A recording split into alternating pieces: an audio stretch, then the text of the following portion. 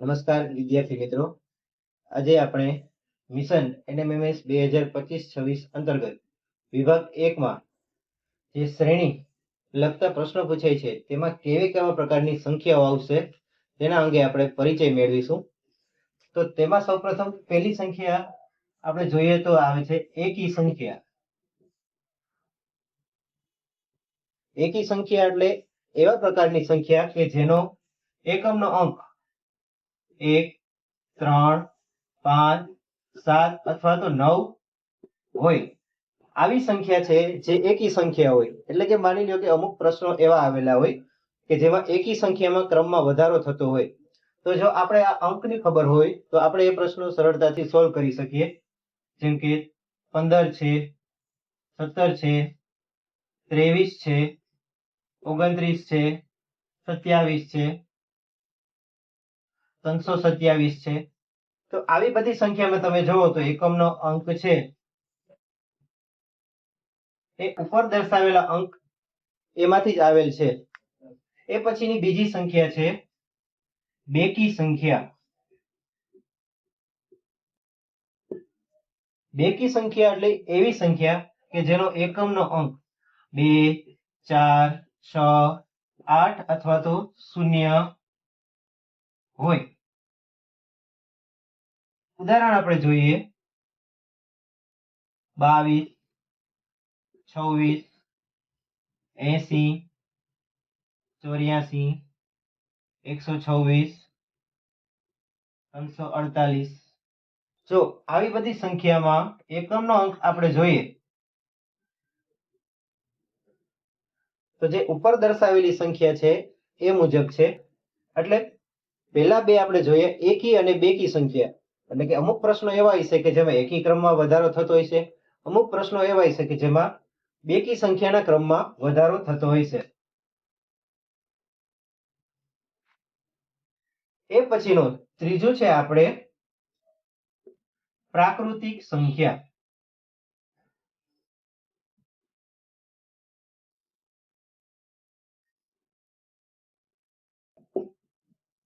હજી અમુક મિત્રોને એ વસ્તુની ખબર નથી પડતી કે પ્રાકૃતિક સંખ્યા કોને કહી શકાય. તો કે પ્રાકૃતિક સંખ્યા એટલે કે એ સંખ્યાનું કંઈક અસ્તિત્વ હોય એવી સંખ્યા જેની શરૂઆત હંમેશા 1 થી થશે. એટલે 1, 2, 3, 4, 5 એવી અનંત સંખ્યાઓ.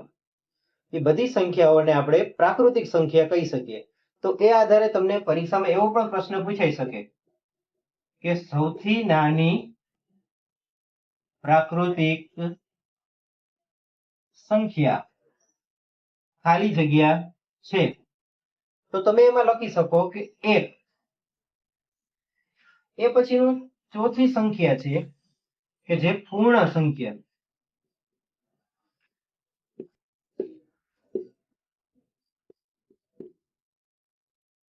જો પ્રાકૃતિક સંખ્યાની શરૂઆત 1 થી થશે. એટલે કે 1, 2, 3, 4, 5. જ્યારે એ પ્રાકૃતિક સંખ્યાની આગળ 0 આવી જાય તો એ બની જશે પૂર્ણ સંખ્યા. એટલે પરીક્ષામાં એવો પણ પ્રશ્ન પૂછાય કે સૌથી નાની પૂર્ણ સંખ્યા ખાલી જગ્યા છે. તો એના જવાબમાં આવશે 0. હવે ઘણી વખત ધોરણ 6, 7, 8 માં એવું પણ પૂછાઈ શકે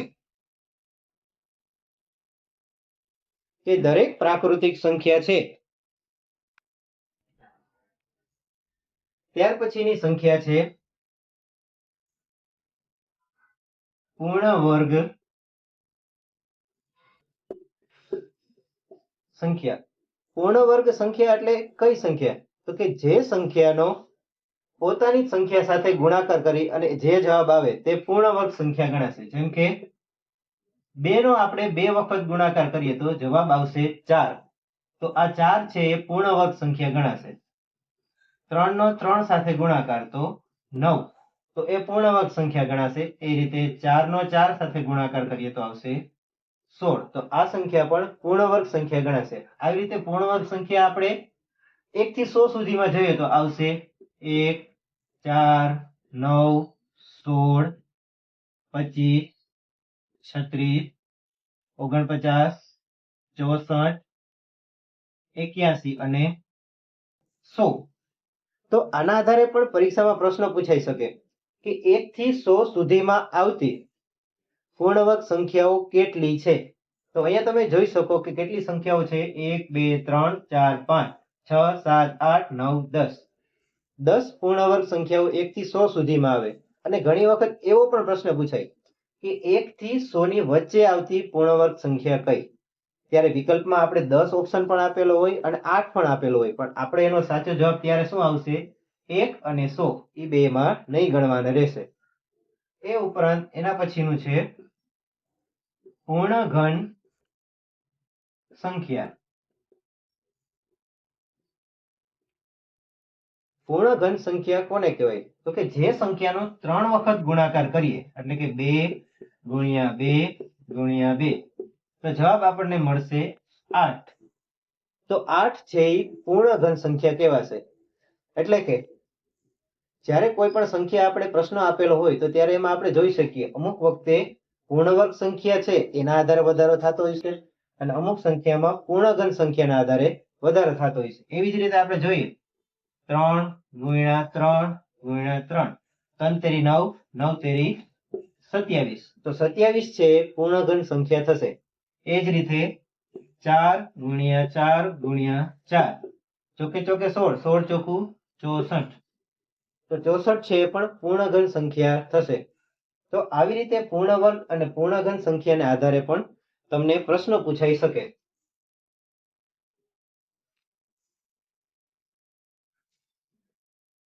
એ પછીનું છે જે ધોરણ આપણે 6 માં 5 અને 6 માં શીખી ગયા એવી સંખ્યા. એમાં પેલું છે અવિભાજ્ય સંખ્યા.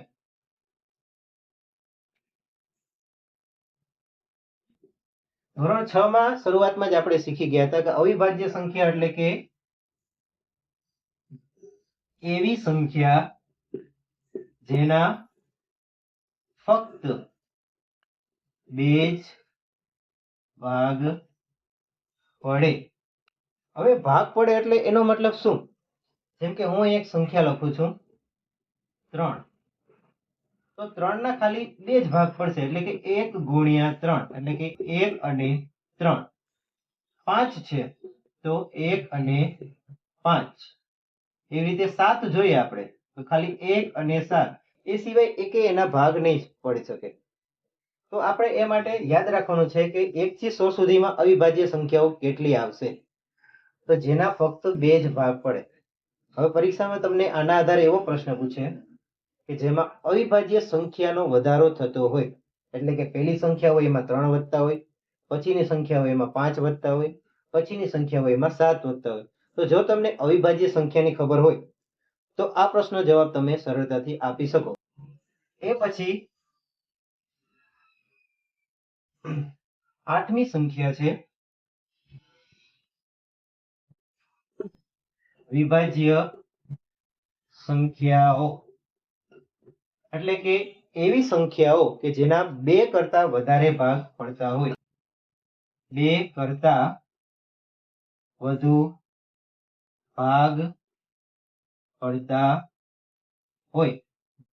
જેમ કે આપણે 4 લઈ શકીએ તો 4 ના શું ભાગ પડશે 1 ગુણ્યા 4 અને 2 ગુણ્યા 2. તો 4 ના શું અવયવો થયા 1 2 4.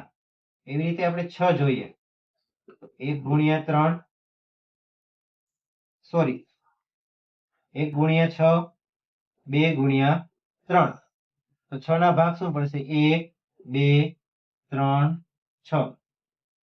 એવી રીતે આપણે 10 ના ભાગ જોઈએ આપણે તો શું પડશે 1 ગુણ્યા 10 2 ગુણ્યા 5.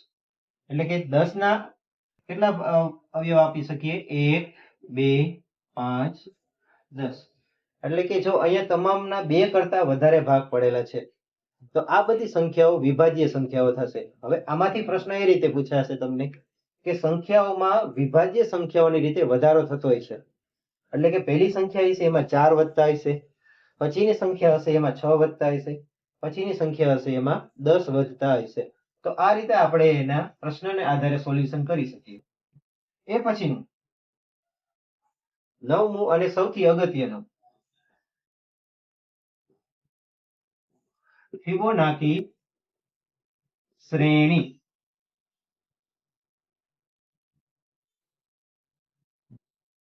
ફિબોનાકી શ્રેણી જે સૌથી અગત્યની શ્રેણી છે કે આમાં આગળની સંખ્યા તેમાં ઉમેરાતી જાય, જેમ કે 1 અને 2. તો હવે પછીની સંખ્યા કેટલી આવશે? તો કે 1 માં 2 ઉમેરાશે એટલે આવશે 3. હવે પછીની સંખ્યા કેટલી? તો કે 2 માં 3 ઉમેરાશે એટલે આવશે હવે 5. 5 પછી કઈ સંખ્યા આવશે? તો 5 માં 3 ઉમેરાશે એટલે આવશે 8. હવે પછીની સંખ્યા કઈ ઉમેરાશે? તો કે 8 માં 5 ઉમેરાશે એટલે આવશે હવે 13. તો આવી રીતે સંખ્યાનો આગળની સંખ્યાનો ઉમેરો થતો જાય.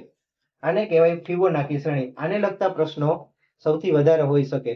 તો હવે આગળના વિડીયોમાં આપણે આ સંખ્યાનો ઉપયોગ કરી કઈ રીતે પ્રશ્ન પૂછાઈ શકે તે અંગે આપણે ચર્ચા કરીશું. નમસ્કાર.